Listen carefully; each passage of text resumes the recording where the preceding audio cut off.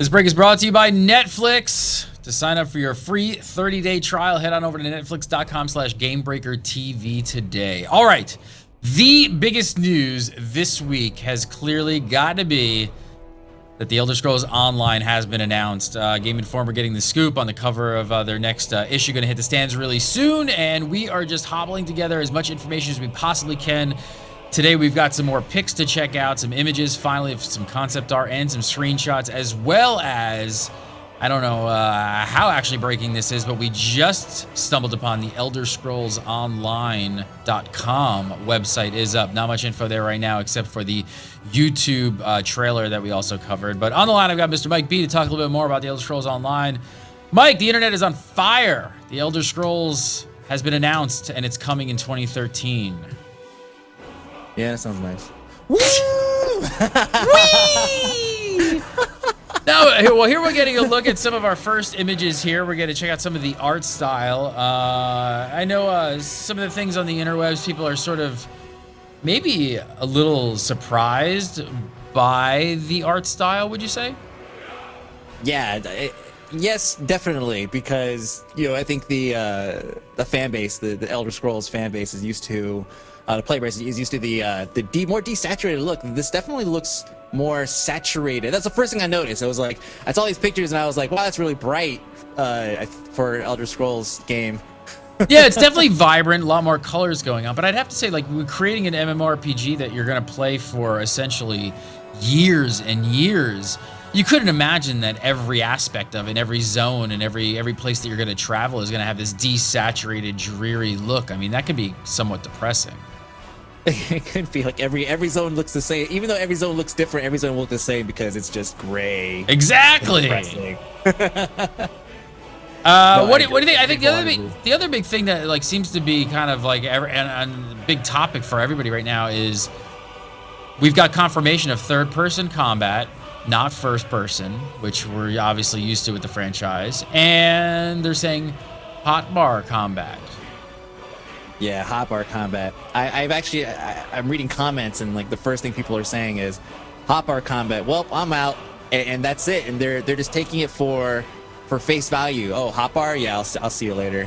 We have no details as to what the hotbar is going to mean, because I think they're immediately associating it with World of Warcraft and games like that, where you have a clickable hotbar, and that's how you cast your skills and abilities. I think that is completely like short-sighted. I mean, we have such little info right now that if you look at games, okay, we've got Terra that just released, action combat MMO, uses a hotbar.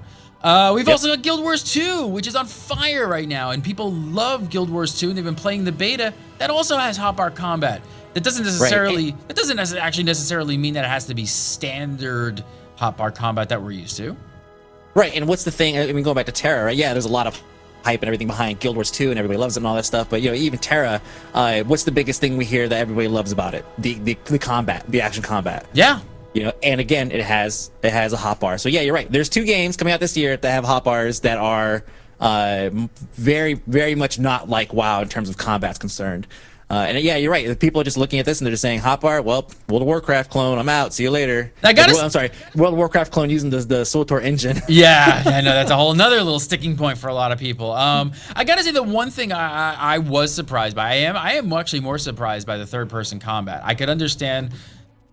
I mean, going on a limb and doing a first-person MMO is got to be tough, and it's a big risk.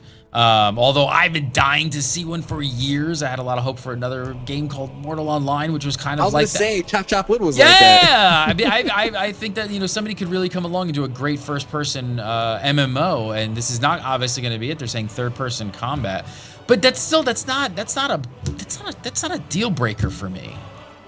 Right. Yeah. No. It's true. It's not a deal breaker, especially when it might be for some though. I mean, if you look at how many sales Skyrim had, that's a lot of people playing this game. even if they didn't play, Morrowind or any of the previous Elder Scroll games, they're obviously brought into the genre or have experienced the genre in that first-person point of view. So seeing the Elder Scrolls Online game, MMO, and then they see, oh wait a minute, third-person point of view, that's kind of weird. I don't know how that's going to work. It's going to be an adjustment, but both sides have to make concessions in order for them to work with both the MMO crowd and appeal to them, and obviously the Elder Scrolls crowd. And so far, what we've seen so far, it seems like it's going to be mostly the world and the lore itself that's going to appeal to the Elder Scrolls crowd, which is a lot of stuff, mind you. I'm summarizing it into like two things. Right. But that's a lot of stuff, right? But visual gameplay and all that stuff is going to be more toward perspective and all that stuff is going to be more geared towards the MMO and what's compatible for that. I mean, we know that the Bethesda and ZeniMax, hopefully have the same feel, is that they're so focused on detail. Their games are so detailed that I can't imagine them leaving that out of this. Here's another thing that I just comes to mind is that are gamers all automatically assuming that the Elder Scrolls Online is going to take over the franchise, and that means we won't see the Elder Scrolls franchise single player games anymore? Because that might be not the case either. That's I mean, do we have any experience with this happening before? And we always hear about, oh, hey, this game's really popular, let's go make an MMO for it. Everyone's like, oh god, like stop, But we have no proof or knowing that they're gonna stop making these games, especially when this one takes place so far in the past, 1,000 years prior to the timeline of Skyrim. It's like, well, there's plenty of room for them to continue building after Skyrim, so why would there not be more than just the MMO version? I don't know. I'm extremely excited to be potentially playing the Elder Scrolls. I will be playing the Elder Scrolls Online in 2013. Hopefully it doesn't get pushed back. I've been dying to play in this world. I'd love to play it as an MMO, even if it is slightly different. I'm giddy over it. I can't wait. I really am. Yeah, I'm just hoping these guys, they have a challenge ahead of them, man. They really do. There's a lot of burnt and jaded gamers out there who are just they see these couple bullet points in a massive list of bullet points, and they're just like, I'm out, and that's it. And so they definitely have their work cut out for them.